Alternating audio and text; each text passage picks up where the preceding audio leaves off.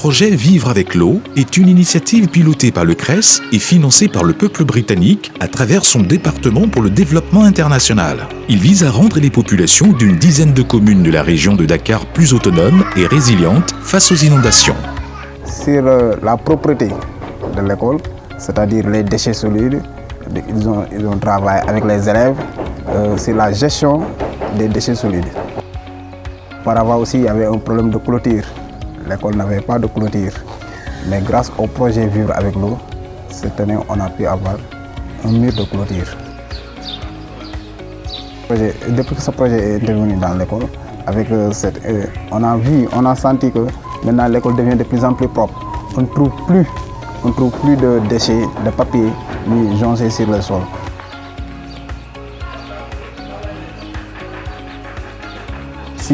Si vous entrez aujourd'hui dans les classes, vous allez trouver que dans toutes les classes, il y a ce qu'on appelle des écobriques, c'est-à-dire des bouteilles remplies d'ordures.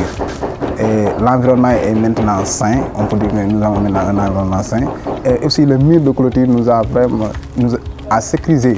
Le mur de clôture aussi a sécurisé l'école. Je me rappelle en octobre quand je venais ici, il y avait la divagation des animaux. Maintenant on connaît maintenant nos limites. L'intervention du projet Vivre avec l'eau dans notre école aussi a vraiment facilité aussi notre manière de faire, surtout notre enseignement. Le projet Vivre avec l'eau a permis la mise en place d'ouvrages qui ont amélioré les conditions de vie des populations.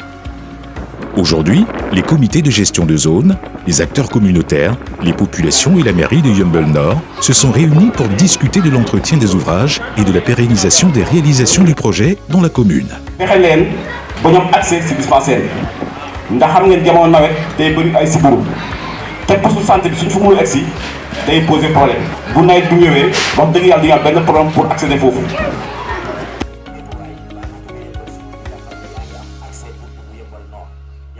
micro-jardinage yi teg nañ ko jigéen ñi lu ci des yéen a war a laxasaayu nag takk ndig yi wan leen kat lii ñu indi bëgg nañ ko jëriñoo vraiment suñu nekkin gën a neex. Vous n'êtes pas sans savoir que les populations vivaient des conditions très difficiles, dans des inondations qui ont duré pratiquement plus d'une vingtaine d'années. Donc à chaque hivernage, les gens vivaient les pieds dans l'eau. Vivre avec l'eau est venu nous soutenir dans ce cadre-là. Et j'avoue que vraiment on ne fait pas la fine bouche. C'est un projet qui est venu à son heure. Vous n'êtes pas sans savoir aussi que nous sommes un pays, dans la banlieue, où les populations ont des moyens vraiment très limités. Vivre avec l'eau, eh bien, avec ses moyens, avec ses conseils, avec ses ressources, vient nous donner un coup de main, eh bien, on peut applaudir. bu fekkee ne yow jël nga mbalit moomu def ko ci butéel say waasi loolu jël nga gas ko suul waaw bu oto mbalit ñëw ku koy yëg kenn du sonnati kon xale yi liggéey nañu liggéey bu am solo nañ ko continuer suivi mos fee am nag projet bii rek la mos ñu am suivi dañu doon former rek bàyyi suñ jël taxalee ba ci kanam bi ñu toog ñuy bàyyi comme ils ont le courage de faire le suivi nous aussi nous sommes des acteurs solides et dévoués yu nga xam ne ñun ñooy jàpp asalaamaaleykum wa rahmatullahi.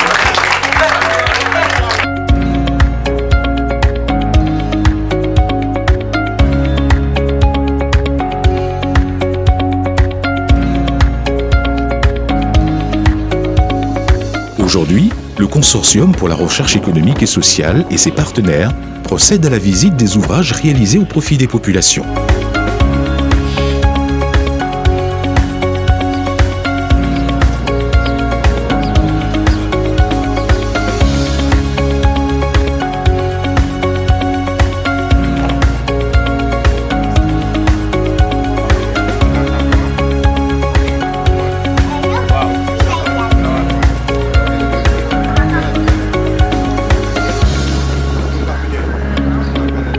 Kassé est coordonnateur de comité de gestion de zone à Yeumbeul Sud.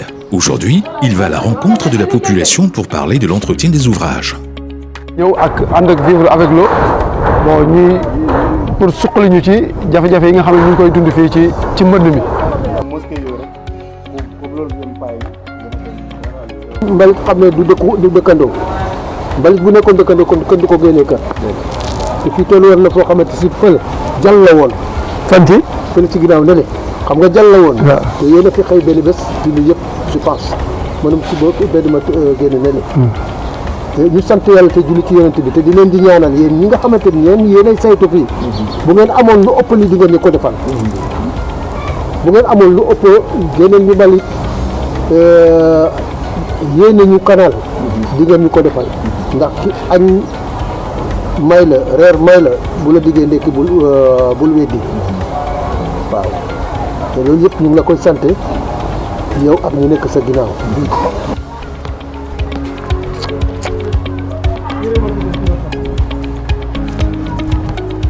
da ngeen di fexe nag ba leenee ña ko fay seen ngeen leen di bàyyi xel ndax nit du defar ba pare di nangu keneen jóge ci àll ba di ko yàq du noonu waaw te it dañu jàpp ni waxtaan yi ñu fi doon waxtaan ak yéen waxtaan yooyu dafa war a am jeexital ci yéen waxtaan yooyu nan ngeen ko gisee yéen waxtaan yooyu ñu doon def ci yéen waxtaan yi kay rafetoon na moom est-ce que jëfee ngeen ko ba ngeen fi ñëwee woon da ngeen di def ci bassin def fi ay fu xale di fowee ñu kontaan ci torop nag jërëjëf dégg nga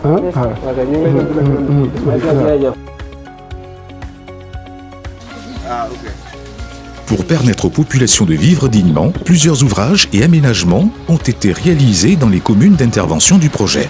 Des murs, des clôtures, des pavés, des aires de repos et surtout des bassins de rétention d'eau pluviale ont été mis en place pour améliorer leur environnement et cadre de vie et les rendre ainsi plus résilientes.